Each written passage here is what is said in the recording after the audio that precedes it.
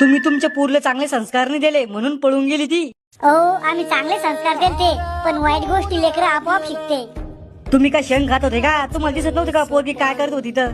काय झालं? काय दांगड चालू एवढा? सापडली का साहेब महिले? तपास चालू आहे. माय बापाला अक्कल पाहिजे, पोरीला घरातच ठेवलं पाहिजे. बिन भेजेच्या त्यात मायबापाची काय गलती आहे? कोणतेच मायबाप आपल्या लेकीला अशी रिकामे कामांनी शिकवत. बाहेर शिकायला पाठवायची की गरज आहे का? मग गरज आहे. उद्या जर तू पोरगी किंवा सून डिलिव्हरीला गेली, तू काय म्हणतो महिला डॉक्टर पाहिजे असं असे जर तुझ्यासारखे विचार असले तर कशा बनून महिला डॉक्टर? शिकवा मग. अजून गेली ना पळून.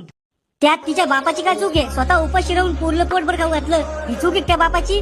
स्वतः फाटके कपडे घातले, फाटके चपला घातल्या, पण लेकीला काय जी कमी पडू दिली, ही चूक आहे त्या बापाची? आमचे हे कुठे गेले? अरे पा त्या लवकर, नाही तर घेईन जीवाचं काही करून.